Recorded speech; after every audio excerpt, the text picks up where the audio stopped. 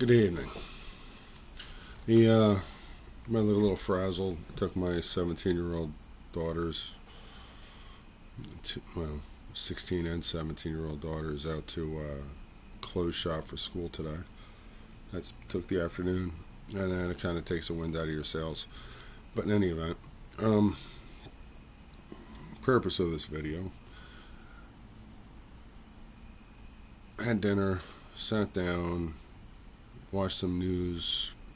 Read the news. I got a news feed, read news, and then started watching the videos. Glenn Beck, who I really have a lot of respect for because he actually really does, dig into things a hell of a lot better than a lot of people. Um, he's hung up on Joe Biden being the top fish in the food chain of the Biden crime family, and I gotta say, he's in there, but it's not the Biden crime family. The Back in the mid '80s, I did work in the city of Newark doing slum rehabs. I did work with community organizers. Um, Barack Obama really did say everything right when he was campaigning, but because I knew what was the underlying person of community organizers, I couldn't vote for him. And he immediately showed that I was right on the fucking money. Um, the whole thing with the cops were stupid because some black guy wouldn't identify himself as he's trying to break into a house, and it turns out he's a college professor. He owns the house, and he waited till after they arrested him to explain who he was so he could make a big fucking deal out of it. And Barack Obama said, "Yeah, the cops are stupid. They're bad. They're racist." That's what you would expect from a community organizer. And so, like I said, immediately he proved that my gut reaction was right. Um, Community organizers are corrupt as hell. They go on and on about a problem, and everybody get behind me. We're going to charge the gate. We're going to kick ass. We're going to take names. We're going to fix it. And they never do. They get federal funding. They get state funding. They get whatever the hell funding they can. All the money, goddamn, it all disappears. It just evaporates. And then they find a new problem, and everybody get behind me. Everybody, we're going to rush a gate. And the problems never happen. The problems never get fixed, and that's why the inner cities are all falling apart, because they're run by community organizers and crooked politicians that are getting paid by the community organizers. And that's Barack Obama. And somehow he managed, by running as a Republican, to go from community organizer to Illinois state senator, because he knew he'd only get 5 votes. But he had dirt on the Democrat that was a shoo-in. So he put the thumb on the Democrat, and that guy ended up in prison right before the election. So with his 5-10 votes, he became a senator with 5 votes in the state of Illinois. And he said it was political expediency. Oh, okay. That's really like stabbing somebody in the back that probably helped you out a lot. And that's how he did it. That's how he got the national recognition, because even Ted Kennedy on election night, when he said, "Hey, a guy from the south side of Chicago, the inner city, is a Republican and he's black and he just won as a Republican," you can look up the video. You can find it. I don't have to tell you about it. The guy, he couldn't even speak. He was caught totally off guard. He couldn't use like Barack, Osama bin Laden. I mean, it's hysterical to watch, but that's how caught off guard he was. And then, me following politics, I watched it, and if his name was in the news, I read it, I watched it, listened to it, and I watched the interview, and it was either Tom Koppel or that asshole from Canada, that other guy. But in any event, they they asked him about it. He says, "Well, it was political expediency, and I knew that he was going to prison, so I ran because we need to be represented." And it was all like, "Oh, what a great thing that was." No, bullshit. That was a big fucking that was horrible. That's not how you treat like your friends, your political allies. But that's what he did. That's how he got it. But he also got name recognition because he was the first Republican, first person on the Republican ticket to win in like 50, 60, 70 years out of that district in Chicago. And he parlayed that with a no-show job in the Senate. He never showed up. He never voted. He voted present a couple times, but he didn't take anything. And he parlayed that into a run for the president. And for whatever the reason, he won. I think it was fraud.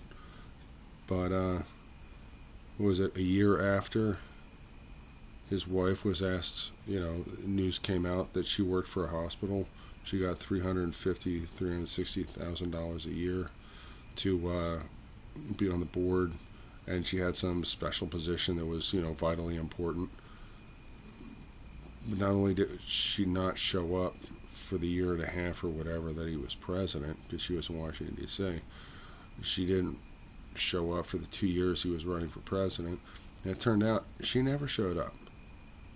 That hospital needed state funding, and that was the way to get it to him. So right off the bat, before he was even in Washington, D.C., he was a crooked politician.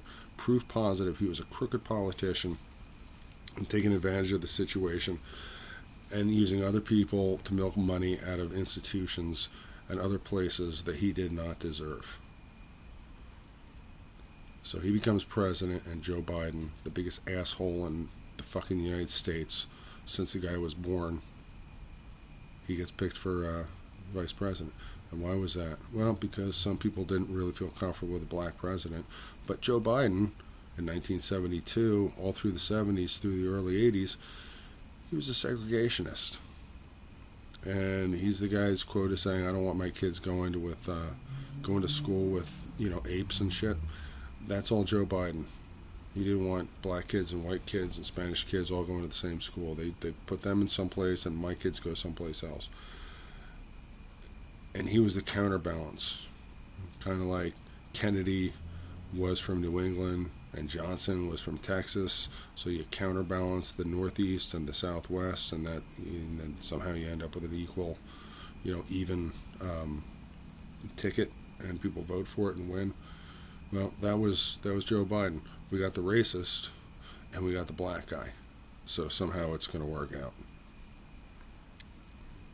So it did. I'm not going to say it didn't. They won. John McCain was a horrible, horrible, horrible candidate. I held my nose. I voted for him because it was literally, I know what a scumbag John McCain is, and I know what Barack Obama is too. Which one's worse? And I honestly, I can't flip a coin and tell you which one would be worse, but we ended up with Barack Obama. I had expectations that, okay, well, if nothing else, this is a guy that can solve the race problem. Sure as shit, the first thing he did was make sure the race problem exploded. A black man just became president, and now race is the biggest problem in the country because blacks are being held down, even though a black man was just elected president. So, yeah, thank you. Thank you. All the problems we have right now, it's thank you, Barack Obama. You did your job. But Barack Obama, if you look at how the wealth grew in the Congress, in the House of Representatives, and the Senate, it exploded during Obama's administration because he was the one controlling the strings of the executive. You've got the Justice Department, you got everything. The ones who are going to investigate you were the ones that were now bought and paid for.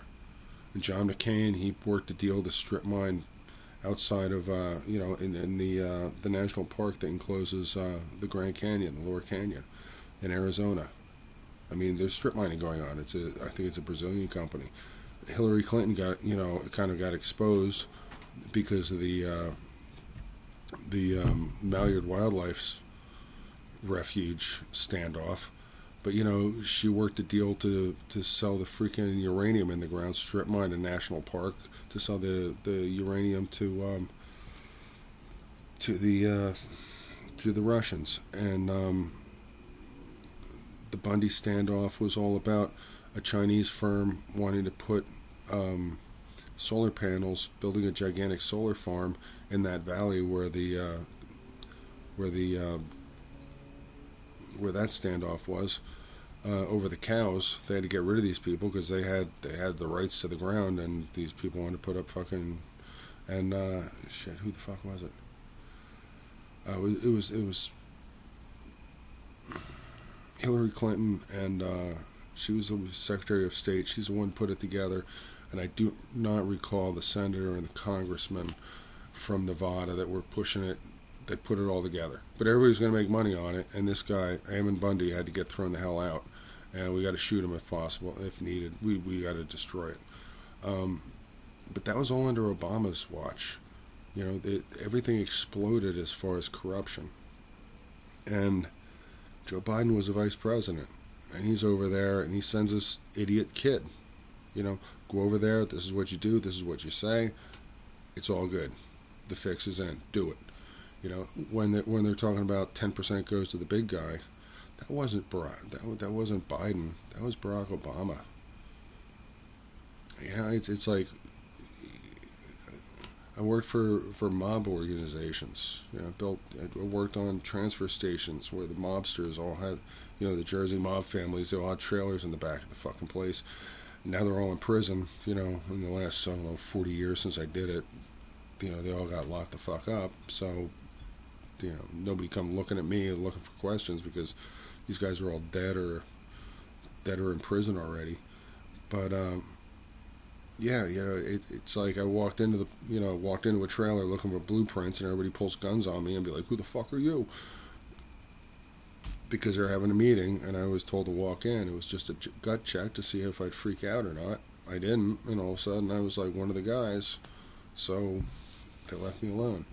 But it's the way the system, it's the way organized crime works. It all feeds up. The top guy is the top guy. The top guy was Barack Obama. Barack Obama still is the top guy. All this money going to Ukraine right now, I mean, we've given them like, what is it, something like 24 billion or something. But you got to remember that the European Union has given billions on top of billions on top of billions also. All that money goes someplace. They can't account for like 75% of it. Well, it's like, well, Barack Obama, you know, he had book deals. Okay, well, the biggest way to launder money is a goddamn book deal. You know, they give you an advance. Cool. Where'd the books go? Were they even ever printed? They put on the paper that this guy ordered this many books and this many books. Are they sitting in a warehouse? Did they get thrown in the fucking garbage? Are they in a landfill right now? Who the hell knows? Nobody cares because there's a record of book sales and proceeds going to the whoever's supposed to get it. That's bullshit. That's as transparent as Hunter Biden blowing fucking paint through a straw, selling it for $1 million, and then somebody getting a goddamn favor. Like the Russian oligarchs that haven't been sanctioned because they bought his goddamn paintings. I mean, this is so clear cut. This is so obvious. And I really like Glenn Beck, but I gotta say, Glenn, you gotta do better. You gotta do better. If you really want to break a story, that's a story you gotta break. You know, Lindsey Graham, you know, and his, I mean, the top of both parties is so goddamn corrupt. They're all getting paid. Just look at how much money they made in the last 10 years, the last 15 years, compared to the rest of their entire career. You know, Biden was in the office for 47 years before he was elected president. In 47 years, he was basically ranked the poorest person in the federal government, and all of a sudden he's worth millions. Go figure. Huh. Yeah, ever since he became vice president, he became a millionaire. Nancy Pelosi's kind of an outlier because her husband, she married a guy that owned Starkist Foods, and he Starkist tuna fish, you know. So yeah, she's been pretty bad about it. She's made a lot of inside deals, but the fact of the matter is her husband was a multimillionaire the day they got married. If he did not marry her, she could not make it into the politics. Dianne Feinstein is the same way. Her money came from her husband, and you know, being a mouthy bitch, she was able to somewhere along the line, probably to get her the fuck out of the house. He financed an election and sent her to Washington. But what the hell's his name? The guy with the patch on his eye. He showed up with nothing. He's worth millions for insider trading. He's on a committee. They're going to shut down this industry. They're going to open up that industry. He buys and sells accordingly. And presto, he's a fucking millionaire. You're a Kershaw. Senator Kershaw. I mean, and it's like, that's one example. There's zillions of them. But that floodgate of fraud opened up during Obama. There was always there. There was always the opportunity. There was always something where you could get away with something. But all of a sudden, it was like, there it is. So where's all that money funnel up to? Who's everybody paying that vig to? It's Barack Obama. And by the way, I'm not planning on committing suicide. Life is pretty good. If something happens to me, well, it was my time. But it ain't the time I picked. So go figure. Cheers to everybody. I really wish, and I don't care if Barack Obama's black or white. I don't care what side he picks. His mom was white, his dad was black. His dad wasn't even, his father's origins were not even African. They're freaking Middle Eastern. The guy is an absolute story of bullshit. Everything about him. And his brother, who knew him, swears that he's always been gay. And his brother's a Republican and can't stand the Democrat Party. So, family knows family. I don't know. But in any event,